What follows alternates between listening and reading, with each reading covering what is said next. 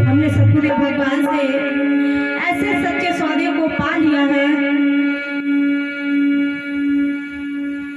जिस सौदे को पाने के बाद मैं इतना धनी हो गया, कि संसार के लोग ये समझते हैं कि संसार की दौलत से मैं धनवान हूँ, मैं अमीर हूँ, बहुत बड़ा आदमी हूँ। लेकिन नहीं, संसार के धन से अगर आप अमीर हो तो समझ लीजिए तुमसे ज्यादा गरीब इस दुनिया में कोई नहीं है। अगर तुम्हारे पास प्रभु की भक्ति का धन नहीं है, प्रभु की नाम का धन नहीं है, तो कहते हैं क्या, सच्चा सौदा अब पाया है, दीदार खुदा का होता है, सच्चा सौदा अब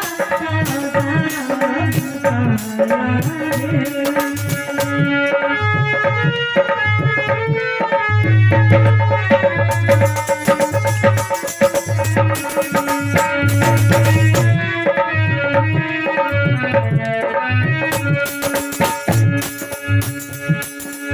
इस नकली धन पर मिट्टी को डाल दीजिए, क्योंकि ये सारी दुनिया एक मिट्टी के समान ही है, तुम्हारे काम नहीं आने वाली है। अगर तुम्हारे पास तो सच्चा सौदा आ गया तो मेरे भक्त बंधुओं, तुम परमात्मा के यानी भगवान के दीदार यानी दर्शन निश्चय ही होने लगेंगे। कहते हैं क्या, झुक जाता पूरे चरणों में झुक जाता पूरे चरणों में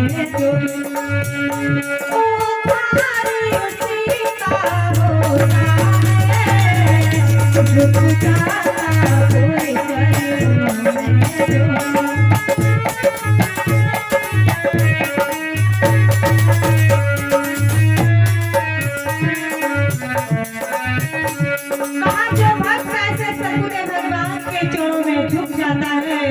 उसे कोई नहीं रोक सकता है। यहाँ तक कि काल स्वयं चल करके आपके पास आ जाए, वो भी आपके आगे हाथों को जोड़कर खड़ा हो जाएगा। क्यों? क्योंकि आप एक सच्चे सतगुरु के पास गए हो, सच्चे सतगुरु के शिष्य हो, उनके चरणों में आपने अपने मस्तक को नवाया है। आपका उद्धार निश्चय ही होगा, कोई नहीं रोक सकता है। दुनिया की चीज आपकी चोरी हो सकती है, उससे गरीब हो जाओगे, लेकिन जो प्रभु की भक्ति है, ये भले ही चाहे कोई भी कुछ भी बोले, ये चोरी कोई नहीं कर सकता है। जिसके पास ये धन वो सबसे बड़ा धनवान। क्या सच्चा सौदा पाया है, दीदार खुदा का होता है,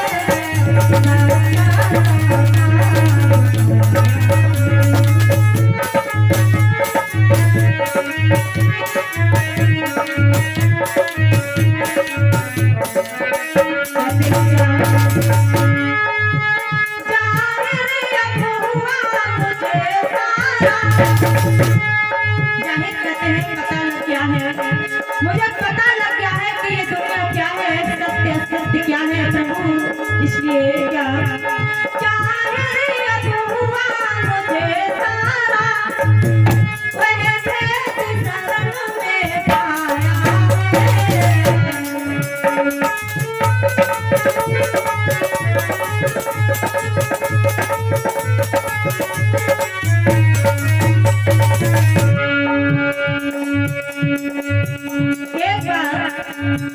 सिर्फ एक बार ये पता लगा लो कि तुम कौन हो। ये आपको पता लगाना है, कुछ भी मत कीजिए, सिर्फ दुनिया की हर काम को, हर चीज के चक्कर में पड़े रहिए, लेकिन एक बार ये पता लगा लो कि आप कौन हो। ये पता लगाना आपके लिए बहुत जरूरी है, फिर कुछ भी आपके लिए रह नहीं जाएगा कि आपको क्या प्राप्त करना है क्या नहीं। अरे आपको प्रभु ने विवेक दिया है, बुद्धि दी है। दिन रात हम लोग ऐसे ही घर गृहस्थी में लगे रहते हैं, कभी 1 घंटे के लिए रात्रि में या दिन में 1 घंटे के लिए एकांत में भी बिल्कुल सुनसान जगह में बैठ करके ये सोचो कि ये संसार क्या है, किसने बनाया है, ये सब कुछ कैसे चल रहा है, और मैं कहाँ से आया हूँ, मरूंगा तब कहाँ जाऊंगा, कैसे आऊंगा। ये सब कुछ आपको जब धीरे धीरे इस पर विचार लगाओगे तब आपको पता चलेगा कि व्यर्थ में दिन रात संसार के कामों में, संसार की माया में पूरी तरह से उलझा हुआ। कहते हैं क्या, जब तुम्हें तब तुम्हें नहीं तीरथ में, जब तुम्हें तब तुम्हें नहीं तीरथ में, कहे तो केवल गुरुदाया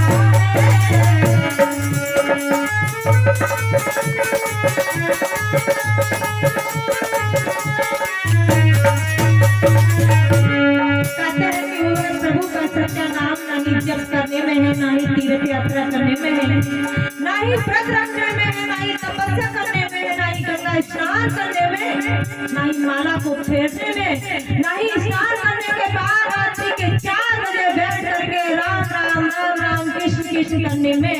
वह प्रभु का नाम अगर है तो तुम्हारे ही अंदर, जो तुम्हारे घर के अंदर जो सांसों में नाम रमण कर रहा है, इसके अंदर वो है प्रभु का नाम रमण हो रहा है। इसलिए कहते हैं क्या,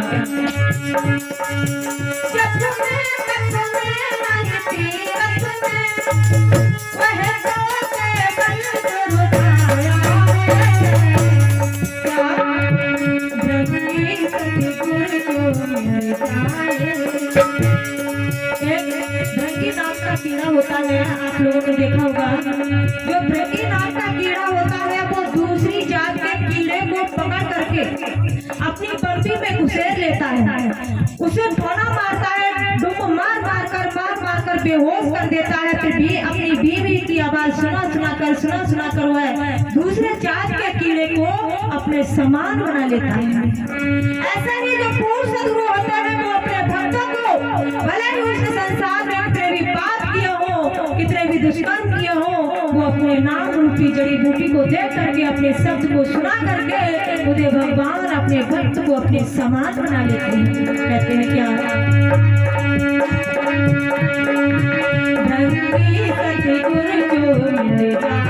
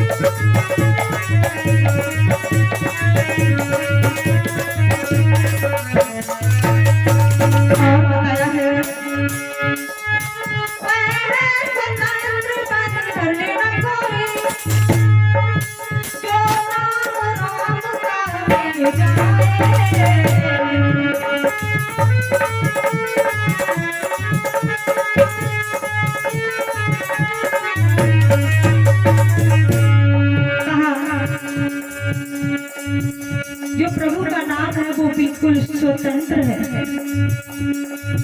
हम लोग ये कहते हैं कि मैं तो किसी के बंधन में नहीं बंधा हूँ। आप भले ही किसी के बंधन में नहीं बंधे हो, फिर भी आप एक शब्द में बंधे हो, इसमें कि मैं किसी के बंधन में नहीं बंधा हूँ। इस शब्द में आप बंधे हुए हो। अष्टावक्र ने राजा जनक से कहा कि राजा जनक ने अष्टावक्र से कहा था कि महाराज,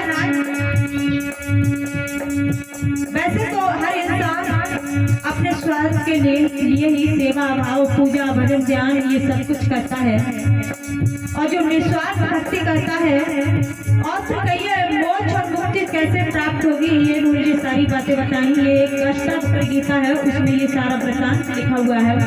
तो राजा जनक से अष्टावक्र ने कहा कि राजा, अगर इंसान के अंदर मोक्ष और मुक्ति प्राप्त करने की भी इच्छा है तब भी वो बंधन में है। अगर उसके अंदर ये भी इच्छा है तो कि मैं मोक्ष और मुक्ति को प्राप्त हो जाऊं, मुझे मुक्ति प्राप्त हो जाए, मुझे मोक्ष प्राप्त हो जाए, तब भी वो बंधन में है किसके कि मैं मोक्ष और मुक्ति को प्राप्त हो जाऊं। ये सब कुछ बिल्कुल शून्य हो जाए, जीरा हो जाए, बिल्कुल किसी भी प्रकार की कुछ भी कोई भी इच्छा ना रहे, बिल्कुल गोल मोल हो जाए, तब वो समझे, तब उसे ये एहसास होगा। वो नहीं, दूसरे दुनिया के लोग भी इस चीज को जान लेंगे, किसी को बताना नहीं पड़ेगा।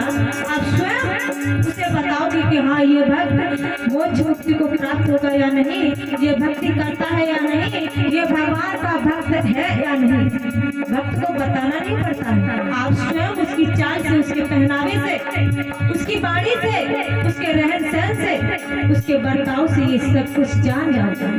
भक्त नहीं कहता है कि मैं भगवान का भक्त हूँ, आप स्वयं उसको जानोगे, इसलिए बताने की जरूरत नहीं। आप कर्म कीजिए, कहते हैं कि कर्म करो पाताल में और फल लागे आकाश, यही हाल उस भक्त का होता है। इसलिए कहते हैं क्या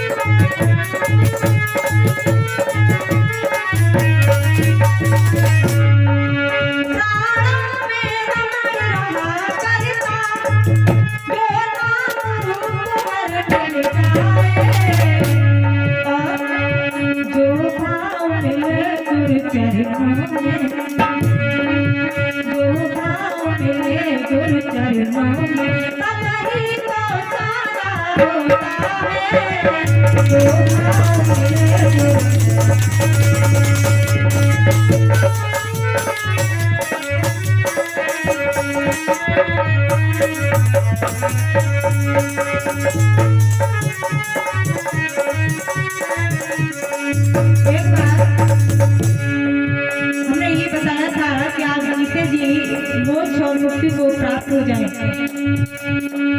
जीते जी मरना और जीना सीख लें।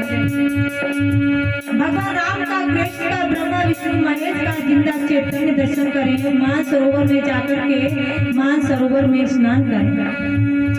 तो हमारे मलावर साहब आश्रम पर एक ठाकुर जी हैं, एक भक्त है गुरु भगवान का, उन्होंने कहा कि आप ये कहते हैं कि जीते जी मानसरोवर में स्नान कर ले, ऐसे कैसे हो सकता है? अरे मरने के बाद तो सब कोई स्वर्ग में जाएगा, कोई कहीं जाएगा, कोई कहीं जाएगा। हम ये किसको पता है कि मरने के बाद वो स्वर्ग में गया है या नरक में गया है? किसी को पता है? नहीं पता है। पता है तो प्रभु के भक्त को या फिर उन संतों को पता है, क्योंकि वो अपनी इच्छा से आते हैं और अपनी इच्छा से जाते हैं। हमने कहा आप गुरुदेव भगवान से दीक्षा लो, तब आपको ये पता चलेगा कि जीते जी आप मानसरोवर में स्नान करते हैं या नहीं। जीते जी आप भगवान का, देखो ये भगवान का, कृष्ण का, ब्रह्मा विष्णु महेश का दर्शन करना ये बहुत बड़ी बात है। हम लोग ये कहते हैं कि हम भगवान का दर्शन कैसे करें, ऐसे कैसे हो सकता है कि वो तो कब के शरीर को छोड़ गए, भगवान दर्शन कैसे दे सकते हैं? आप लोगों के मन में ये विचार है कि भगवान का दर्शन नहीं हो सकता है। सबके मन में ये विचार होगा कि भगवान का दर्शन नहीं होगा। ऐसी ही तो बात है। क्यों? इसलिए कि हमको खुद नहीं पता है, मुझे खुद नहीं पता है कि मैं कौन हूँ, मैं क्या कर सकता हूँ, क्या नहीं कर सकता हूँ। इसलिए भला हमारी बात कौन मानेगा कि भगवान का दर्शन मुझे होगा या नहीं? अगर भगवान का दर्शन नहीं होगा तो फिर आप मंदिर में पूजा पाठ करने के लिए जाते हो, मन्नत मांगने के लिए जाते हो, जब वो शरीर छोड़ गए तो क्या वो आपकी इच्छा पूरी कर सकते हैं?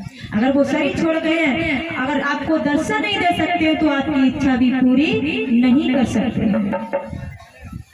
हम लोग इस बात पर विश्वास नहीं करते। भगवान का जीते जी 10 मिनट के अंदर गोदे भगवान आपकी जो तीसरी आंख है, जो भगवान शंकर के दोनों भाई के बीच में तीसरी आंख थी, वो सभी प्राणियों के अंदर यहाँ बैठे उनके भी सबके, बाकी संसार में जितने भी प्राणी हैं सबके वो तीसरी आंख है। जो वो तीसरी आंख खुल जाएगी तभी भगवान का दर्शन होगा। उस भक्त ने कहा कि मानसरोवर में स्नान कर सकते, अगर मुझे गोदे भगवान करा दे तब हम जाने। हमने कहा आप जीते जी मानसरोवर में स्नान करें। तब गोदे भगवान ने उस भक्त को जीते जी मानसरोवर में स्नान कराया। जो हम लोग सोचते हैं कि मरने के बाद मानसरोवर में स्नान करेंगे, कहते हैं क्या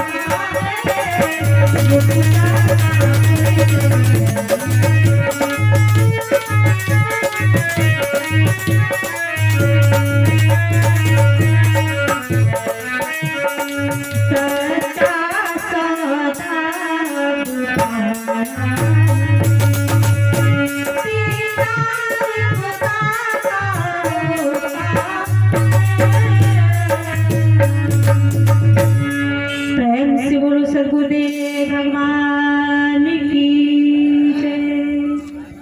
तो मेरे भगत बंधु, अगर मुझे सच्चा सौदा मिल गया तो निश्चय ही हम भक्त इस भव सागर से पार हो जाएंगे, मोक्ष और मुक्ति को प्राप्त हो जाएंगे। इसलिए आज जो भी